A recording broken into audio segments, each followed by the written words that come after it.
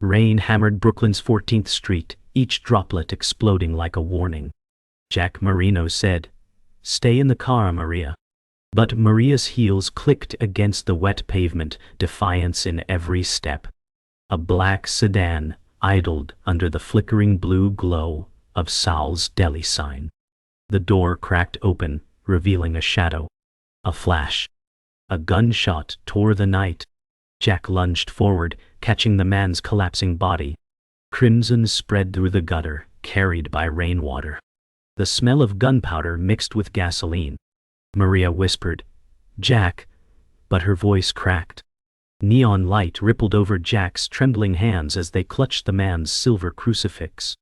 Somewhere nearby, a woman screamed, her voice slicing through the cold. Sirens wailed in the distance, but Jack's world had already narrowed to the dying man's glassy eyes. His breath came ragged, each inhale sharp enough to cut. He didn't know if the crucifix was a prayer or a curse. The funeral home smelled of lilies and old wood, the air heavy with whispered condolences. Jack shook hands, each grip stiff and rehearsed. Maria stood near the casket, her eyes avoiding his. Across the room, Vincent Caruso, the boss, delivered a eulogy wrapped in honeyed words. His smile never reached his eyes. Jack nodded at the right moments, but his stomach twisted. When the crowd thinned, Vincent approached, his arm draping over Jack's shoulder. "We'll talk soon," he said, pressing a folded note into Jack's palm. Jack didn't look at it until he was outside, the chill wind cutting through his coat. In neat handwriting it read, "Meet me at the club, midnight." The club's back room smelled of whiskey and cigar smoke. A jazz record hissed from an old turntable, the notes curling in the haze. Vincent sat at the table, gold ring glinting under a low lamp. "You've been loyal, Jack," he said, his voice smooth but edged. Jack sat across, every muscle taut. Maria lingered by the doorway, her eyes darting between them.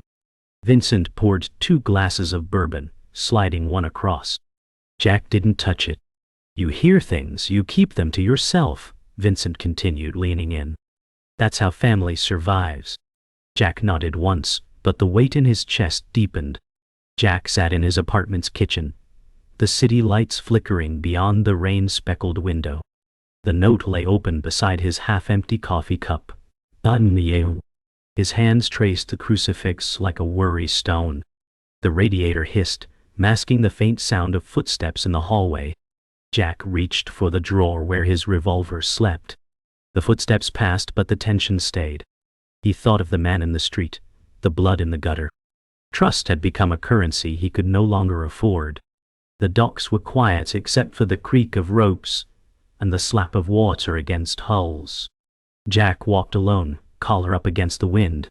He stopped near a rusted cargo crane, scanning the shadows. A figure emerged, Detective Harris, mid-50s, trench coat pulled tight. "You're in over your head, Marino," Harris said, his voice low. "I can help, but nothing's free." Jack stared, the crucifix cold in his palm. The detective's eyes narrowed. "Think about who your friends really are." Midnight wrapped the club in velvet shadows and stale jazz. Jack Marino said, "You wanted me here, Vincent." Vincent Caruso smiled like a preacher and waved him to sit. Maria lingered by the wall, eyes steady and unreadable. Vincent poured bourbon that caught the light like amber lies. He said, "A shipment went sideways, and I need a loyal hand." Jack kept his palms flat, the crucifix pressing his chest through cloth. Vincent's gold ring tapped the glass in an easy rhythm. He said, "Family keeps its mouth shut, especially with cops sniffing." Maria said, "This city hears everything, Jack." The bass line throbbed like a slow heartbeat under the words. Jack said, "Give me the names and I'll settle it." Vincent leaned close, warmth dying in his pupils. He said, "There are no names, only opportunities." Maria's gaze pinned Jack to the chair.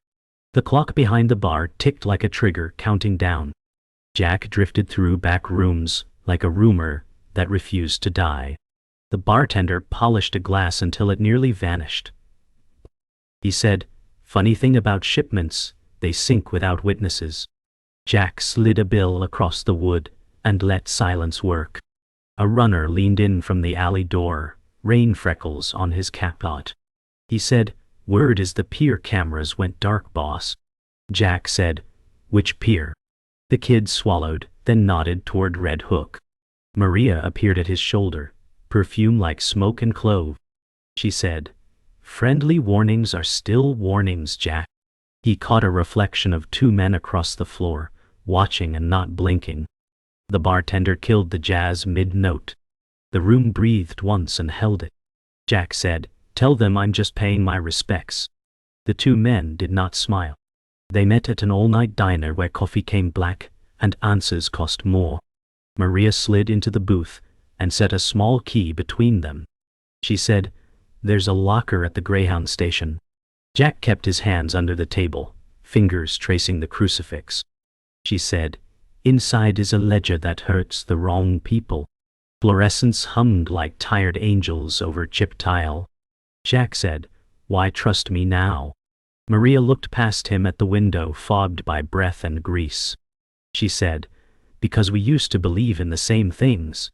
A waitress topped off their mugs and chose not to hear. Tires hissed outside as a cab took the corner too fast. Jack said, "If this ledger names the pier crew, I'll end it." Maria said, "It names more than that." The key was cold and exact, the shape of a decision. Detective Harris waited in a park sedan that smelled of rain and old leather. He said, "You look like a man juggling blades, Marino." Jack stared through the windshield at smeared streetlights. Harris nudged a thin folder across the seat. He said, "Pier cameras didn't fail. They were paid to blink." Jack opened it and found photos that sweated guilt. Harris said, "I want Vincent Caruso, or I want money. Surprise me." Jack said, "You think I scare easy." Harris chuckled without warmth and tapped his badge. He said, "I think you want out, and that is its own gravity." The wipers scraped like tired metronomes.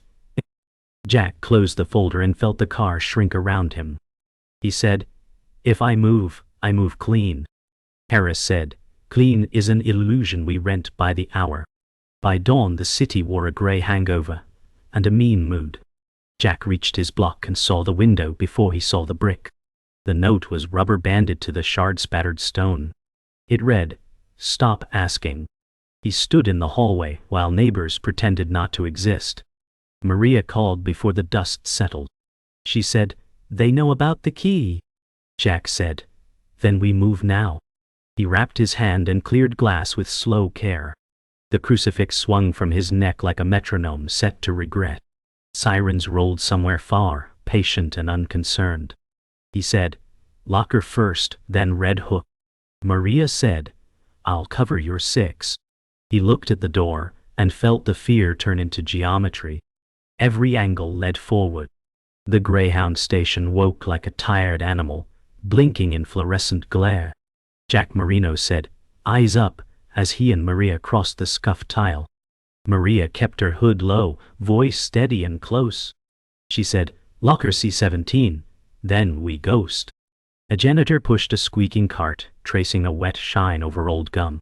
The air smelled of diesel and cheap coffee, and of people trying to leave themselves. Jack felt the crucifix rest like a cold verdict on his chest. He slid the brass key into the lock, each click a countdown.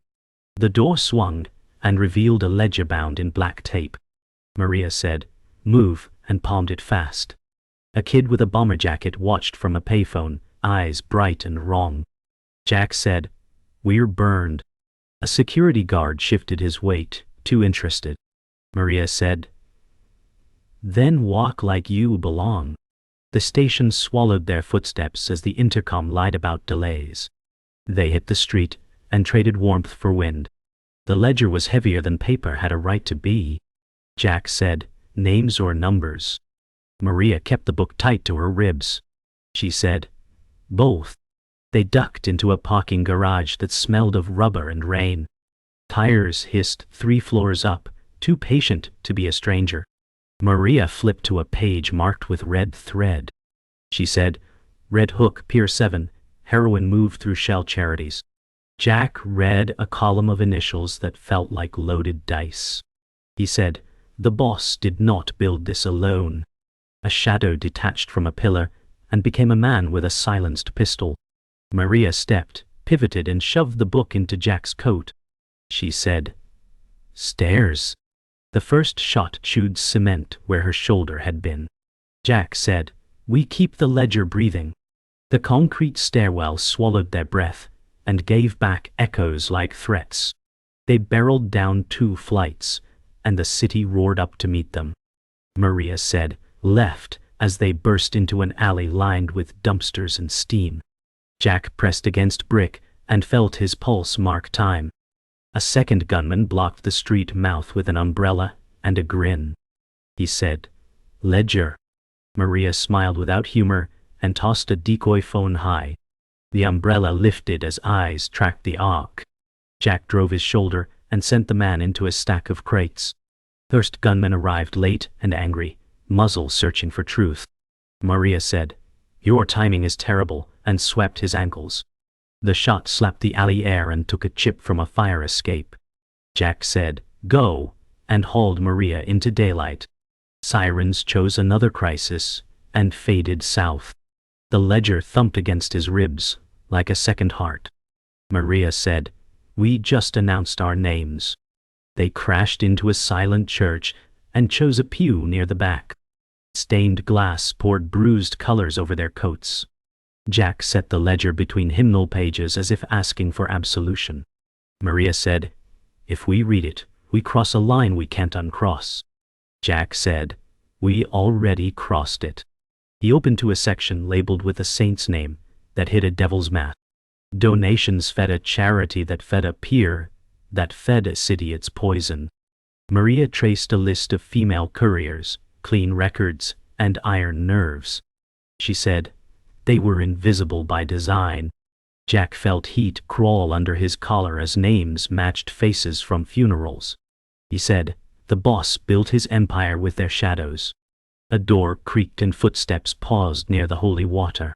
Maria closed the book with a soft thud that sounded like judgment. She said, "Move the ledger, keep the truth." Red Hook waited with cranes like steel saints and water that never forgot. Clouds stacked over the harbor, heavy and sullen.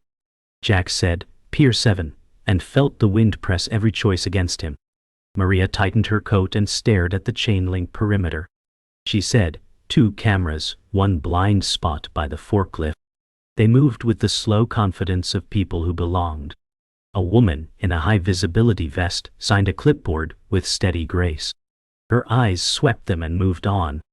Maria said, "Career profile, mid-30s, spotless." Jack saw the earpiece tucked behind her braid and frowned. He said, "They built a choir here." They reached the forklift and crouched behind its rusted belly. The bay groaned, and a container door clanked open like a throat. Maria said, "We pull 1 receipt and we vanish." Jack touched the crucifix and believed in gravity, not mercy. The rain returned as if summoned, thin needles stitching the skyline. Jack Marino said, "We are out of time," his voice lost in the clang of the pier. Maria crouched over the ledger, pages slick under her gloves. She said, "There's an entry here. It's him, Jack. Vincent signed this one himself."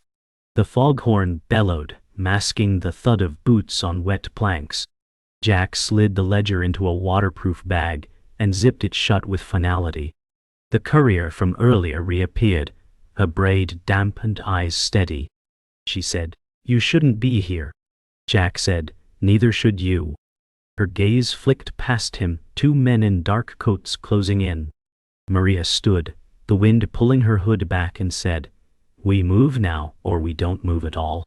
Jack adjusted his grip on the crucifix under his coat and felt the metal bite. The choice ahead was a cliff. He stepped off. They ducked into the skeletal frame of an abandoned warehouse, the smell of rust and oil thick. Maria said, "We can't run forever." Jack swept the space with his eyes, catwalks above, shadowed corners. The ledger felt heavier than before, a stone of truth. Vincent's voice echoed from memory. Family survives by silence. Jack said, he's been using them. Women no one suspects, moving more weight than the men ever could. Maria's jaw tightened. She said, invisible soldiers, disposable after the job's done. A sheet of corrugated metal slammed in the wind, like a rifle shot. Footsteps scraped the concrete, too light to be careless. Jack motioned her to the stairs. Higher ground, he whispered. Maria nodded once and moved. The crucifix swayed under his coat like a pendulum counting down to violence. On the catwalk, the air tasted of dust and tension. Maria crouched, sighting the pier through a gap in the wall. She said, 2 trucks loaded, 1 leaving in 5. Jack kept low, his hand steady on the railing. Below, the courier handed off a clipboard to a man with a face like wet gravel. Jack said, that's his pier boss. A camera flashed from across the yard, winked like an accusation. Maria's breath caught. We're not the only ones watching. Jack tracked the flash and saw a silhouette melt into the containers. The trucks began to roll. Jack said, if that ledger goes public, he's finished. Maria said, if we survive long enough to drop it. The iron under their feet groaned, and Jack wondered if it would be bullets or rust that brought them down. They descended fast, boots ringing on metal. Maria said, that flash wasn't an accident. Jack hit the floor and scanned for exits. A door to the yard was half open, swinging in the wind. He pushed through into the sharp salt air. Between containers, a figure in a dark hoodie moved quick but careful. Jack followed, Maria on his flank. The yard stank of diesel and secrecy. The figure stopped, turned. A woman mid-40s, eyes sharp enough to cut. She said, you were late. Maria said, who are you? The woman's gaze flicked to the ledger in Jack's coat. Someone who wants the same thing you do, she said. A gunshot cracked from the warehouse, scattering gulls.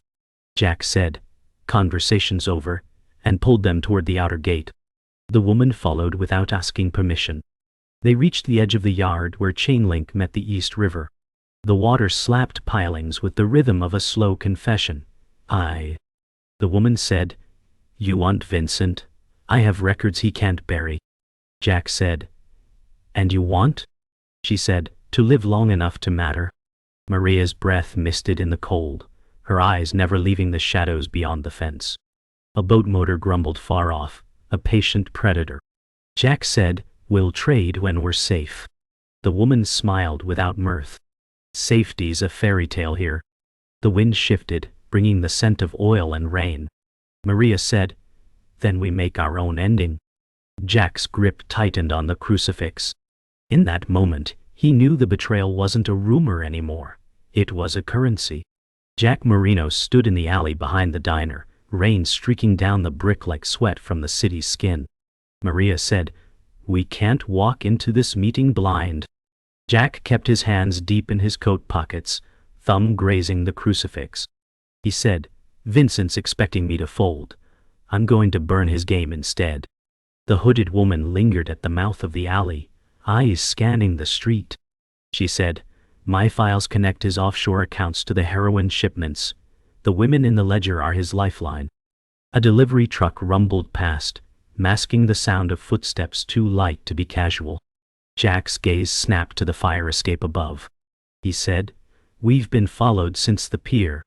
Maria's eyes narrowed. Then let's stop running. A shadow shifted above them, and the metallic click of a safety being released cut through the rain. A shot cracked the night, striking sparks from the fire escape railing.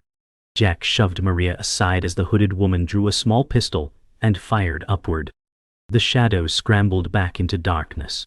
Maria said, they're not here to kill us yet. Jack said, they're here to scare us off. Sirens whispered in the distance, too far to matter. The hooded woman tossed Jack a flash drive. This is half the puzzle. The rest is in a safety deposit box uptown. Jack caught it, the cold plastic feeling heavier than steel.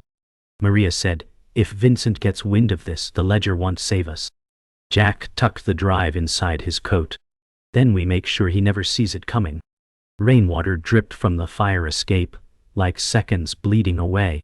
The bank lobby was all marble and murmurs, its chandeliers dripping warm light. Jack said, "You sure about this place?" Maria adjusted her coat, scanning for exits. "If we want the box, we need the key, and I've got it." The hooded woman stayed near the revolving door, eyes locked on the street outside. Jack and Maria approached the teller with a number memorized, but never written. Moments later, a clerk led them to the vault. The air was cooler here, heavy with secrecy. Maria turned the key and slid open the small metal drawer. Inside, a manila envelope sat like a loaded confession. Jack opened it to find photographs, women from the ledger, each posed in front of charity banners. Maria whispered, "Camouflage." Footsteps echoed from the corridor. Jack slid the envelope into his coat. Time to leave before curiosity grows teeth. They stepped into the street, blending with the noon crowd. Maria said, "Those photos tie him to every operation." Jack replied, "And every funeral." A black SUV crawled alongside, tinted windows hiding its teeth. The hooded woman muttered, "We've been tagged." Jack steered them into a side street lined with delivery vans. The SUV accelerated, cutting them off at the far end. Doors opened. Two men stepped out, calm, dressed for business, eyes empty.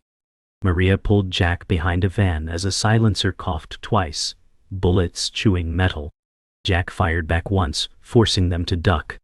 The hooded woman shouted, "Move!"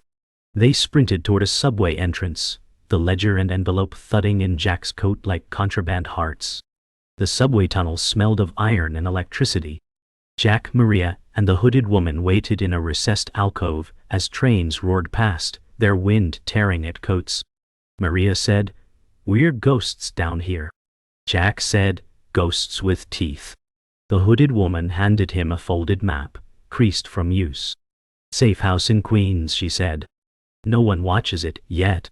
Jack tucked it away. Footsteps approached from the far end, deliberate and unhurried. A tall man in a dark peacoat emerged, carrying nothing but certainty. He smiled faintly and said, "Vincent sends his regards." Jack stepped forward, crucifix swinging free for the first time. "Then send this back," he said, his voice flat as steel. The next train screamed into the station, drowning the first move. The safe house in Queens was a narrow two-story with peeling paint and a door that sighed when opened. Jack Marino said, "Too quiet." Maria moved past him, scanning each room with the ledger clutched to her chest. The hooded woman locked the door behind them, then pulled blackout curtains. "Vincent's bleeding," she said. "These files will finish him." Jack set the envelope on a scarred table, the crucifix glinting in the dim lamplight. He said, "Then we decide tonight, court or coffin." Maria leaned against the wall, her breath visible in the cold air. "If we go public, we're dead before we hit send." Jack's eyes narrowed. "If we stay silent, we're already dead." A floorboard upstairs groaned. Everyone froze. Jack drew his pistol, his heartbeat slowing into the rhythm of the hunt.